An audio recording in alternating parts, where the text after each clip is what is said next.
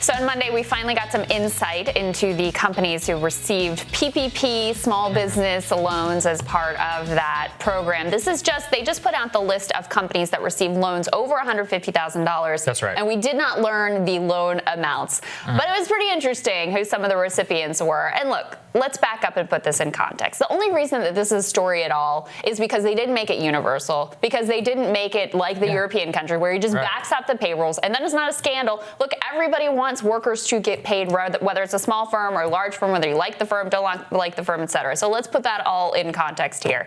But if we can throw up here a Daily Beast tariff sheet, they dig into, look, Kushner's family, Obama aides, some of these, like the consulting. The Pod Save guys. Oh, did they? I didn't miss John that Favreau, Fenway Consultants, of course they did. So, a lot of politically connected people here seem to have no problem getting the loans that maybe, you or your mom or your dad or your family member or the business down the block had a lot of trouble getting these loans. And people here in this town seem to have had no issue whatsoever. Secretary of State Madeleine Albright, nonprofit headed by David again, Trump, Obama, Clinton, all the way down the line, all their alumni are getting PPP loans. And again, I want to make this very clear, which is that companies that you don't like and that we find despicable also employ regular people. Those are the people I care about. I'm glad that they were able to get some of their payroll paid. The scandal here is that only these people got bailed out, right? Is that their workers got this PPP beneficence, but they only got a $1,200 check, only those making less than $75,000 per year. Everybody didn't get anything. And then even beyond that, what else has happened? The unemployment thing is about to expire. I think we need to replace it with a back to work incentive and in order to make up a lot of people's payroll. Is there any discussion on that? Are those people getting a bailout? What about all these essential workers who toiled away for a long time? They didn't get an extra benefit because of PPP. They maybe got to keep their jobs and stay on payroll. So the scandal is that these PPP loans were capped in the first place, and that by being capped in the first place is that they didn't end up replenishing it over that critical 12-day period. I think your mom was actually applying for that at that exact time, right? I mean, how many businesses were up in the fray and just decided to fire people in the beginning and led to a permanent job loss? So look, I just think the administration of this program, the program itself, I think was good, and I'll stand by it for a long time.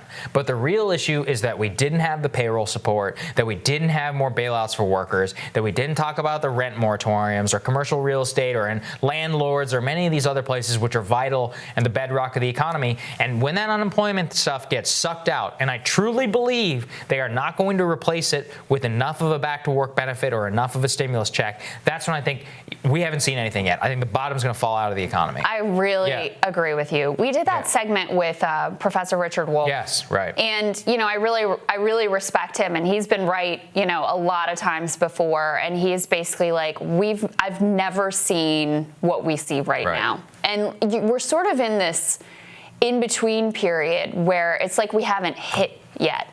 But you walk around this city, any town, whatever, you can visibly see, it's like a ghost town. There's no way. There's no life. There's no life. It's hollowed out. It's like post-apocalyptic. There's no way that this all is just fine and normal and no problem. It just doesn't make any sense. And so, you're exactly right. Look, I disagree. I don't stand by this program. I helped my mom try to navigate it. And, I've talked about this on the show before. By the way, she was able to get her loan. It looks like hopefully she'll be able to open her school in the fall, which is great. But, the burden, the restrictions on it were so confusing, were so cumbersome. It took her forever to be able to get the bank to process the loan. And that is part of the problem of the structure of this whole thing and why it ended up being that some people got favored concierge service, people who were connected, businesses who had a lot of money, who had some existing loan products out where banks wanted to get the money in so that they could get their own loans paid back. The fact that it was structured in this way is what created that situation. We have another AP tear sheet here with information about, Trump-connected lobbyists who were able to get, I think it was $10 billion in for their clients. And again, this isn't just about Trump. There's a deep concern that he would use it for his business.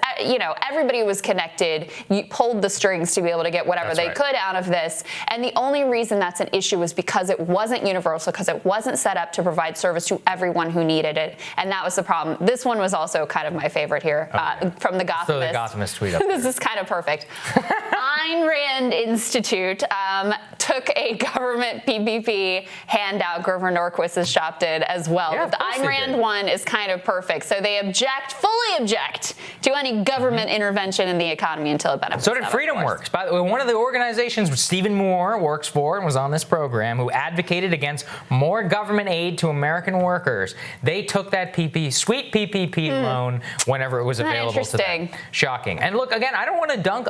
You know what? The people who work at ATR or work at Freedom Works and all these other people, they're workers too, and I want them to be taken care of. I don't know. But if you use that money to advocate for less money for other people, I cannot say, according to FCC guidelines, what I actually think of you. So Indeed. There you go. Thank you, libertarians, hypocrites. Again, we'll have more rising for you after this.